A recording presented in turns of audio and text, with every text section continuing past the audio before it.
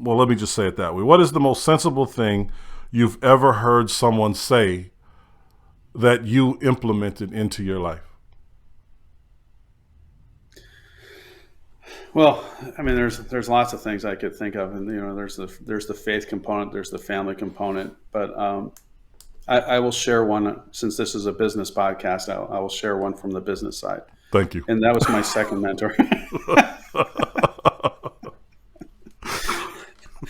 That was my second mentor, and he immigrated from Lebanon when he was 16 years old, and had call it less than $1,000 in his wallet, and by himself. And he put himself through college, and he began selling Sunday school material. He created Sunday school material, and then he began selling it, and then started buying houses. But he would go to cities and pull out the yellow pages and call every church to sell the Sunday school material.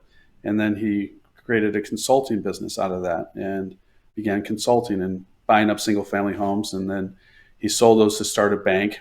And then he sold that bank and was put on the board of the next one. They sold that bank and got put on the board of the next one, which was BB&T, which is a very, one of the largest banks in the country. Mm-hmm. And it just got bought out itself. But now he owns Great Harvest Bread and Lazy Boy, and he's the president of High Point University. So he's my second mentor. And what he always said to me was, what are you doing with your business to position it to sell it? And if you're not doing that, then what are you doing? Mm. And that's when we went from a small mid-market in Chicago, very small area in Chicago. And I began thinking about, how do I transform this company so that I can position it to have value for someone to want to buy it?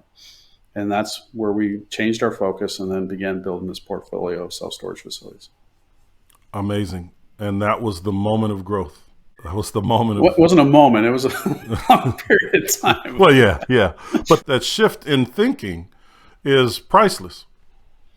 The shift in thinking wasn't the hard part. The hard part was trying to figure out how I was going to do it, because at first we were just I was project to project. I was looking at it and saying, okay, I built this house. Now what? I got to find the next house, right? And so intrinsically there wasn't a value in the business because it was always transactional based as opposed to asset based. I just love it, man. I'm giving you everything you need to find success as a real estate investor. So make sure that you subscribe to this channel and like this video. See you later.